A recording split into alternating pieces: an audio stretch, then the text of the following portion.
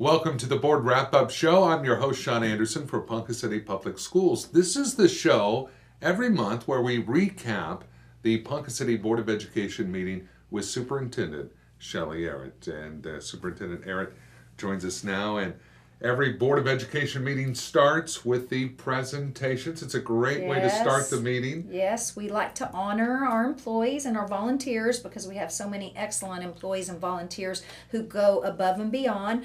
Our certified employee of the month obviously has to have a teaching certificate, and it went to Vicki Courtney. She teaches kindergarten at Woodlands. I think that Mr. Williams, the principal, said that she has been in the building the longest. Oh, One of the wow. longest standing teachers in the building.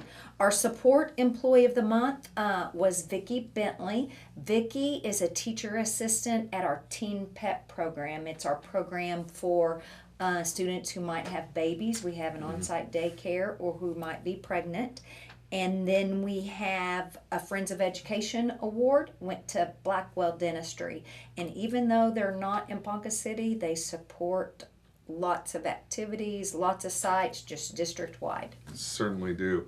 Student presentations, it's been a tradition and a big part of the Board of Education meetings and the student presentation. What was it this month? It was from the Lincoln ORF students. And ORF is a developmental music approach that incorporates song, dance, drama, speaking. And the teacher at Lincoln, the music teacher, is Amy Maggie, and she's a certified ORF instructor, and she brought the students out with instruments, and they did a performance for us. It was awesome. Very good, very good. Well, the auditors came in, and when the auditors come in, it's like, okay, here we go. They had a presentation from Wilson Dotson and Associates. And Yes. what was that like? Well, schools are highly audited.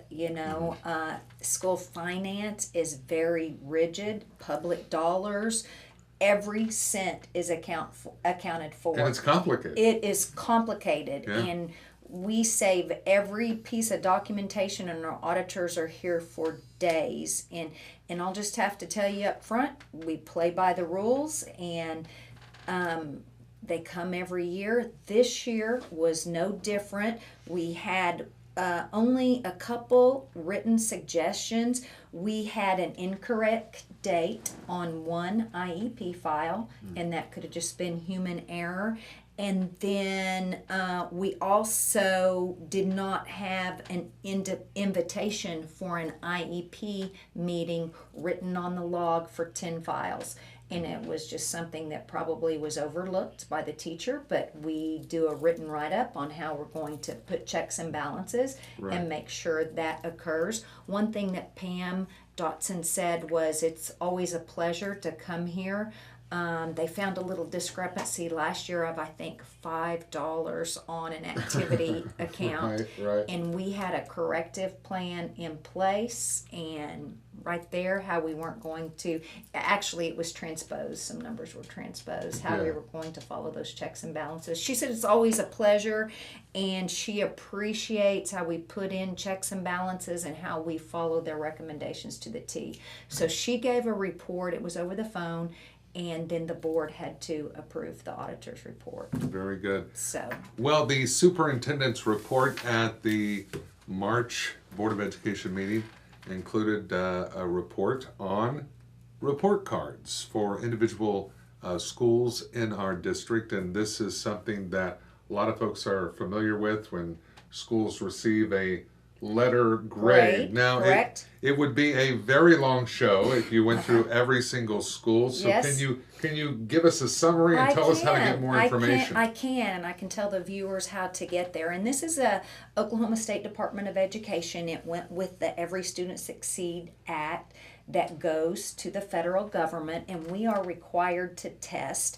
And some of the guidelines with ESSA, which is the Every Student Succeeds Act, which were submitted by the OSDE to the USDE, is that the top 5% of schools will receive an A. So only 5% of the schools in Oklahoma will receive an A. The bottom 5% of schools will receive an F, And the remainder of the schools will be divided in B, C, and D. But the majority of the schools will receive a C, and they say it's not a bell curve, but there's diagrams on there. If you have 5 and 5 and then everybody in the middle, it kind of looks like a bell curve. But some of the components are academic achievement, and that's the students' progress in math and English language arts, whether they scored advanced, proficient, basic, or below basic. So advanced is the highest and below basic is the lowest, and schools get 15 points for that depending on the percentage of students that scored proficient or above.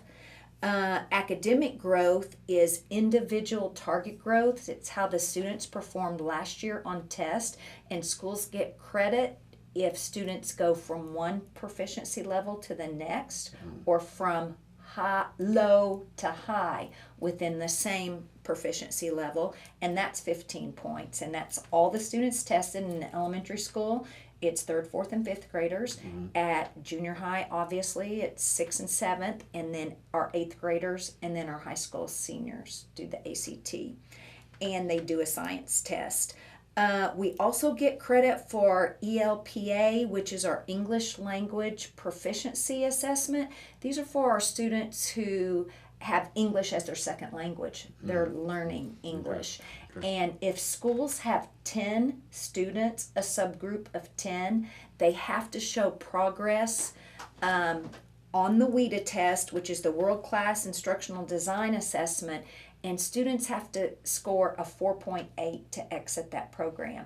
And they're supposed to do that within 5 years. But on the report card, if they made progress in that area, schools got points. So, for example, West Middle School had 10 students in the subgroup, the minimum, and they tested 639 in ELA and math. But the ELPA, which is the English Language Proficiency Assessment, was still worth 15 points, but only 10 students were tested. Okay. So that's one component. Then chronic absenteeism, that's if a student is chronically absent, they're missing 10% or more of the school year. Last year we had 166 days, so if a student missed 16.7 days, they were considered chronically absent. So the school got 15 points depending on their percentage of students who were or were not chronically absent. At the high school level, they have a graduation rate that's worth a specific number of points, and our graduation rate was really high. It's improving every year, 92%. It's come up in the past several years. And then the high school also gets a grade for post-secondary opportunities, and that's for anyone who they get points for anyone who is enrolled in an AP class or concurrent enrollment or a technology course that leads to industry certification, like a welding course or the CNA course at Pioneer Tech. And we have a good partnership with Pioneer Tech and our share students. So now, if I go through everything, all of our schools, you're right, it will be a lengthy report, but there is a fabulous website, and it's www.oklaschools, O-K-L-A schools.com. And you can find every school in every county. You can type in the name of the school, or you can click on an icon of the state and click on the county and go in and research that. And I'm telling you, that site is lots of valuable data to us. For example, on the chronic absenteeism, we can go in and search by ethnicity. You know, and so that we can plan interventions to target. Same thing with our academic growth and our academic proficiency. That's fantastic. I know. So it's Okla? www.oklaschools.com. Oklaschools.com. That's easy to remember, too. It is. All right, so check that out. And someone can Google Oklahoma school report cards and find it just as easily. So. The consent agenda and financial reports, this is a standard part of the Board of Education meeting. How did it go? Nothing out of the ordinary, went fine. You know, we've talked about the committees. We have a finance committee and a property committee, and we go over every single contract with a fine tooth comb. 2 board members are on those committees, because if we have more than 2, then we've got a quorum and we have to follow the Open Meetings Act guidelines. So weren't any bobbles on that. Our board members go in and they vote pretty quickly on that, but we've spent hours in our committee going over everything prior to the board meeting. An action on ratification of the AIA contract to employ RSC. What is that? RSC is Rick Scott Construction. Okay. Okay, so on some of our major projects, we do use a construction manager, and we are actually going to finish the north fencing on the Sullins area. You know, our new black fencing with the brick facade. Right. It was not written into the original bond to do the north side, and it just looks unfinished. So we're going to go ahead and do that, finish wonderful. the north side, and then we're going to do some cosmetic things on the inside, the chain link within the compound. We're going to paint the poles black and put up black, like a laminate chain link. So it'll just look a finished look. So the board did have to approve the contract with Rick Scott Construction, and when we use a construction manager, they receive 6% of the total cost of the project. I see. Consideration to accept bids for that fencing Yes, north of Sullins. and the other improvements, the inside fencing. The bids came in a little bit lower than we had anticipated. Bids came in at $146,000. That does not include the 6% that will go to Rick Scott Construction. So work will begin on that, and we anticipate that entire compound to be fully completed by the time football starts in the fall. Very nice. Also, VOAG improvements, consideration to accept bids for those VOAG improvements. Okay, so we were just talking about Kevin Frazier and some of his students did the Wildcat Way show yesterday. We have a fabulous VOAG department. Kevin Frazier is our teacher. He's been with us for, he may have been with us for the longest as anybody, close to 40 years.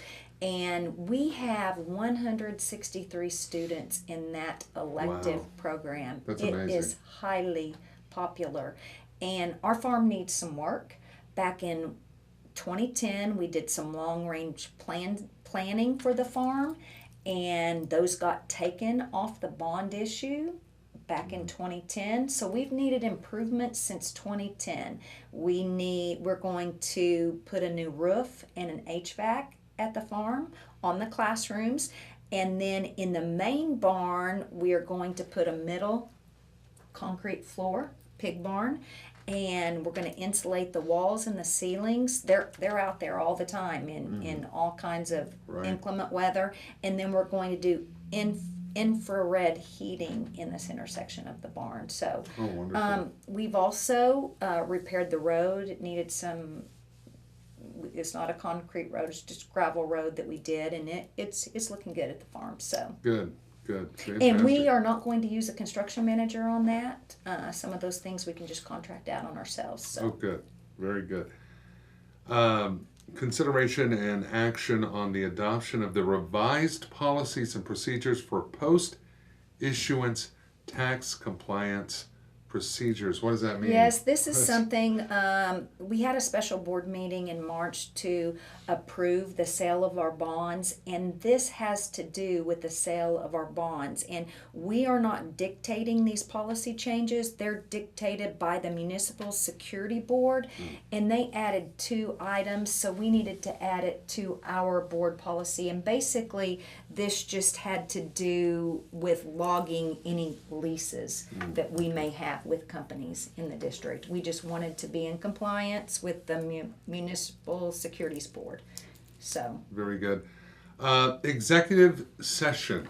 So the board meeting stops basically, and then you go into executive Uh-huh. session. How long does that last? It depends. It depends on discussion items that we need to talk about, and those are all listed on the agenda. Everything that we can talk about. It's just not an open discussion. It has to be the items that are listed on the agenda for executive session are the ones that we talked about. And we had several items listed, so it was pretty much a lengthy executive session.